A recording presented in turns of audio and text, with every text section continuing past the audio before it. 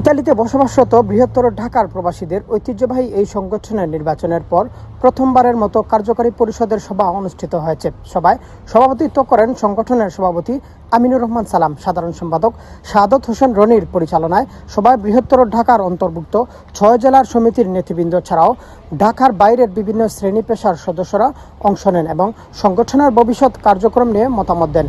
এ সময় বক্তব্য রাখেন বৃহত্তর ঢাকার অন্যতম মুরব্বী নূরে আলম সিদ্দিকী বাচ্চু, হাসান ইকবাল, হাবিব চৌধুরী, সাজ্জাদুল কবির, নায়েব আলী, মোহাম্মদ বেলাল, সামির হোসেন সাদেক, সালাউদ্দিন আহমেদ, জাহাঙ্গীর আলম, রুবেল মোল্লা, আমির হোসেন লিটন, উম্মেহানি চৌধুরী প্রিন্স, শারমিন জাহান সুবর্ণা সহ উপস্থিত বৃহত্তর ঢাকার 6 জেলার নেতৃবৃন্দ।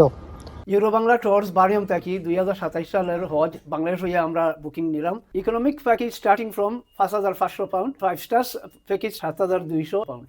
সভায় বক্তারা বলেন, সংগঠনের কার্যক্রম শুধু বনভোজন, পিঠা উৎসব সহ বিনোদনমূলক আয়োজনের মধ্যে সীমাবদ্ধ না রেখে মানবিক ও সামাজিক উন্নয়নমূলক কর্মকাণ্ডে আরও বিস্তৃত করা প্রয়োজন। প্রবাসীদের কল্যাণে বৃহত্তর ঢাকা সমিতি ইতালি আরও গুরুত্বপূর্ণ ভূমিকা রাখবে বলে মত দেন তারা।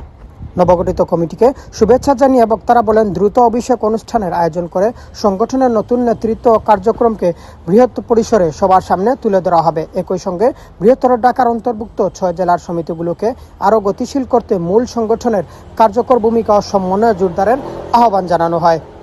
সংগঠনের সভাপতি ও সাধারণ সম্পাদক বলেন, নতুন কার্যকরী পরিষদ আরও বেগবান ও কার্যকর ভূমিকা পালন করবে। সভা শেষে বৃহত্তর ঢাকার 6 জেলার নেতৃবৃন্দ নবগঠিত কার্যকরী পরিষদের সদস্যদের ফুল দিয়ে শুভেচ্ছা জানিয়ে বরণ করে নেন। ইতালি থেকে মিনহাজ হোসেন,